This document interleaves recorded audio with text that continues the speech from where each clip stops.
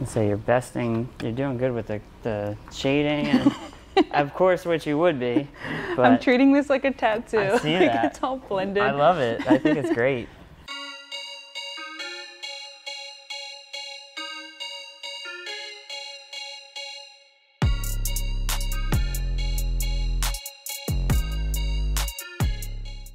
What's going on, guys?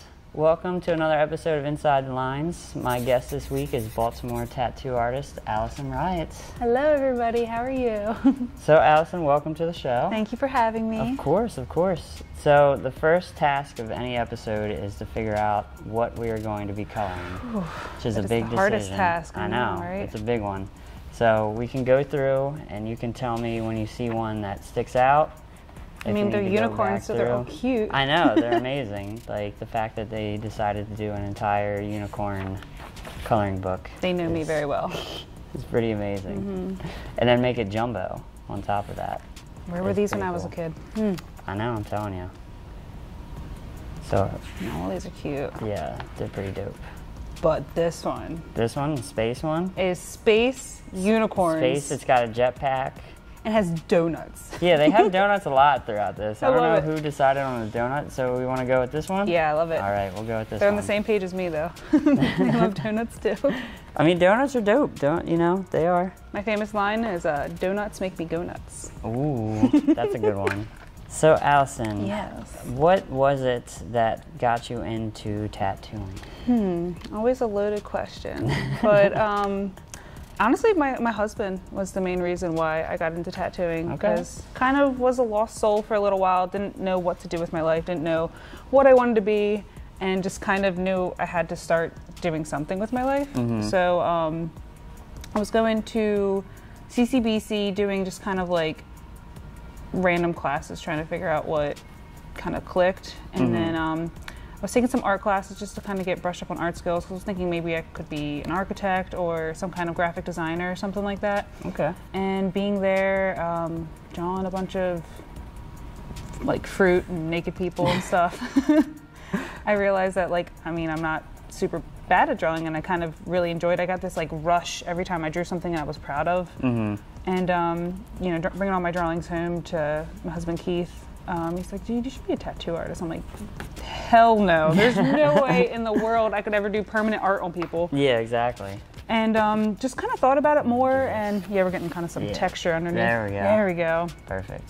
But just thinking about it more, and honestly, a lot of the tattoo TV shows had just started, and I was fascinated by them. I was like, wow, look at these people doing such amazing art on other people, and just, I don't know, it seemed like a really cool thing, so I just kind of put my head down and really focused on drawing, because at that point I really didn't draw much other than that art class. And back when I was like a little kid, I drew like Pokemon and stuff like that. And I remember all the kids would accuse me of tracing. I was like, I am not tracing these. I drew these from my head. Sorry, I'm that good, guys. So, what are the steps to like get you into tattooing? Like, what is the process? It's not an easy one, that's for sure, because it's all apprenticeship based. So you need to find someone that will teach you, and it's not always something somebody wants to do. Like, it's a lot of work being a tattooer, because you obviously have to draw for all your clients. Well, hopefully you draw for all your clients, and you put just a lot of time and effort into it, and there's a lot to learn. So trying to teach someone while you're trying to keep on top of what you're doing, it's kind of difficult. So anyway, what I'm trying to say is, like, not too many people want to take on an apprentice. It's a lot to take on. So a lot of times people will ask and want to do it, but then we end up having to say, like, I'm sorry, I don't have the time to teach anybody right now. And so, like, you kind of get turned away, and that persistence is what's going to prove to somebody that you are willing to be taught. Because if you're just kind of like hit them up on social media, like hit them up on Instagram, like slide in their DMs, like, hey, teach me how to tattoo. They're going to be like, no, you obviously haven't even put any kind of effort into trying to become one. But if you like come into a shop with a portfolio and you really like show that you really want to do it and have done some research on like just the whole scene, then you're more likely to. But it's a lot that goes into being taught, like I said. So it's also finding the right person. Like, luckily when I was wanting to tattoo, the guy that I started getting tattooed by him and just bugged the shit out of him until he finally accepted me as his apprentice, and I'm forever thankful for that, because otherwise I wouldn't have the career that I do now. So, yeah. So what kind of process was it for you? Like, what did you have to go through on the apprenticeship period?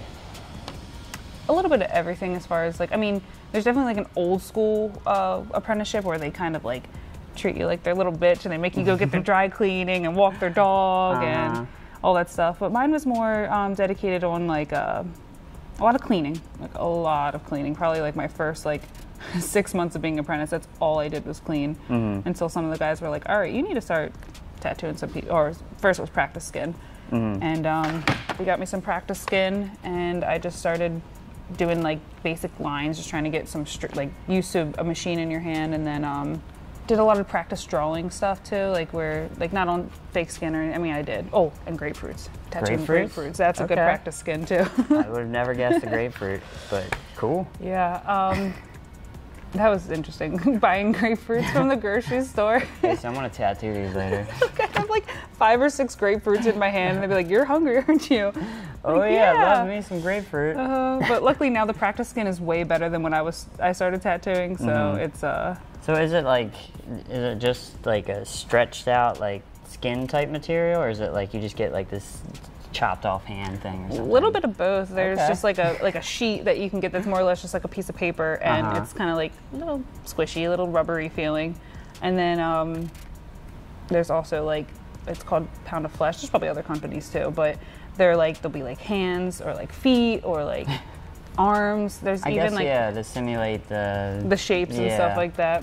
There's even like, you can get like the hairless cat, like one that looks like that. Really? Yeah. This is my hairless cat tattoo dummy. Like face tats and stuff. Nice. So it was a lot. You did a lot of that. How was it like once you got through all that grind and had to do like your first tattoo? How was that? Oh my god, my first tattoo was so nerve-wracking, because I was in like a booth, and there's like this half wall around it, and there was probably like 10 people standing around this half booth waiting for my first line to go in, and I'm telling you, I was sweating. I'm sure. I was freaking out, and everybody's staring at me, and then I did the first line, and they all like left. I'm like, okay. So you just wanted to see that first line, and that was it. They just wanted to see me sweat. So since then, you've kind of like you've had your own journey going through tattooing, and you were on a season of Ink Master. Just tell me about how that was. It was a crazy experience. Yeah. Needless to say, I think anyone that watches the show thinks that it's as crazy as it actually was. But yeah, it was a crazy experience. Awesome experience though. Like one of those that like, I don't know, like 1 in a million kind of thing, like you actually go on TV and get to represent yourself and show people what you can do, and yeah, it was cool, exhilarating.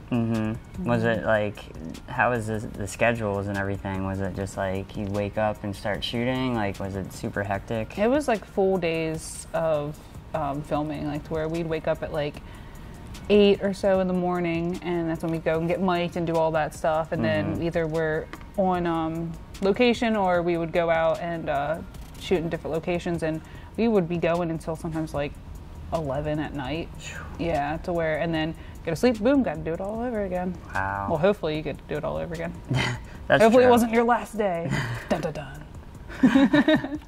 Yeah, I was gonna say there's like the whole elimination thing that must always been nerve-wracking throughout the whole thing. Even if you did a good tattoo and you were confident in yourself, you still felt like, well, they could hate it and I could go anyway. So you never really knew what you were getting into, and that was like one of the biggest mind fucks about the show. Is like you kind of started to forget what a good tattoo was, because you would be like, oh yeah, I did great, and then they'd hate it for some reason. You'd be like, what am I doing wrong? And you would just, I don't know, you just Life didn't is a know. mess. Who am I? What am I doing here? Exactly. What is the meaning of life?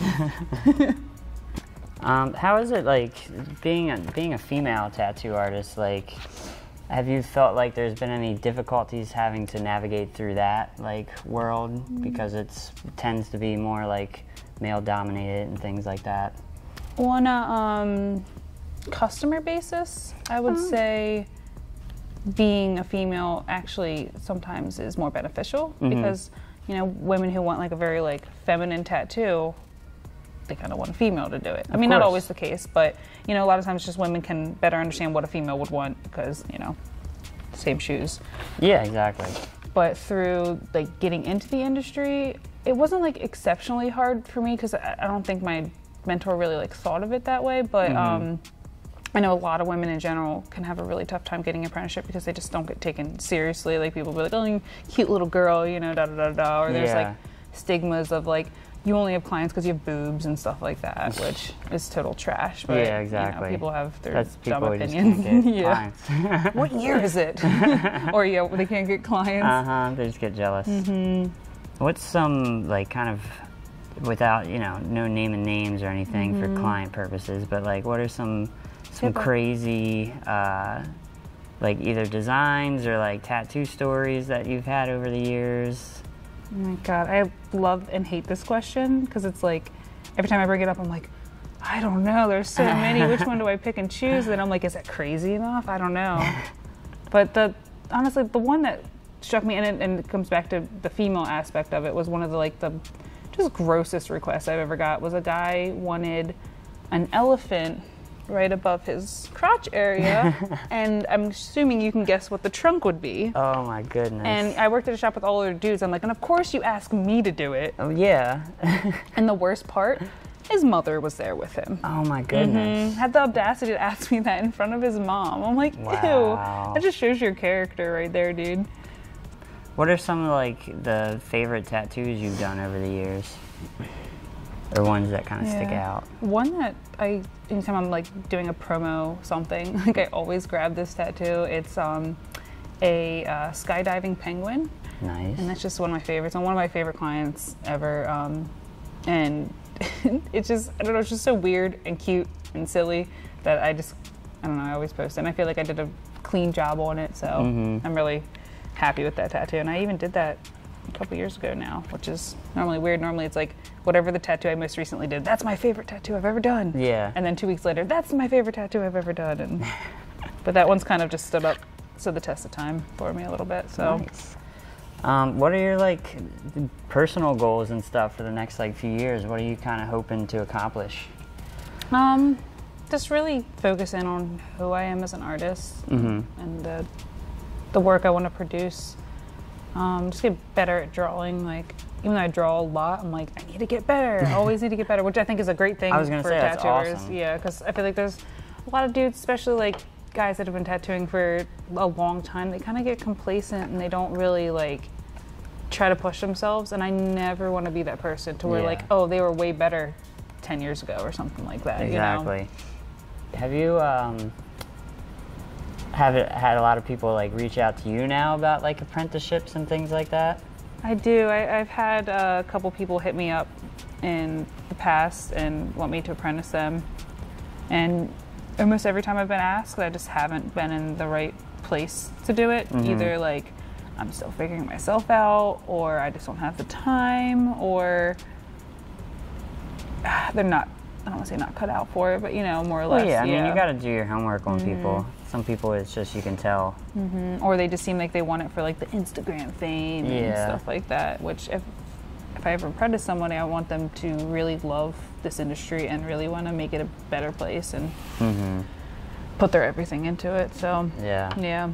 Well, I think the biggest takeaway across everything for all of these like artistic minded jobs is people don't realize like how much work that has to happen, because I think a lot of people do think that like, oh, it's okay, like I can just do it for a week and then I'll be making money left and right and everybody will love my stuff and I'll have 8 billion followers on Instagram and we'll be good to go. Bada bing, bada boom. Yeah, exactly. No, it's a lot of late nights drawing, a lot of hating what you do, like your art.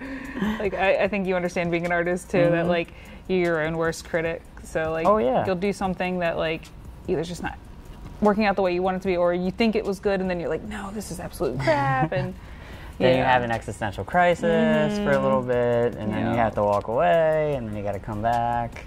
Have you ever had like an instance where you're like come in, you present to like a client, and they're just like, no?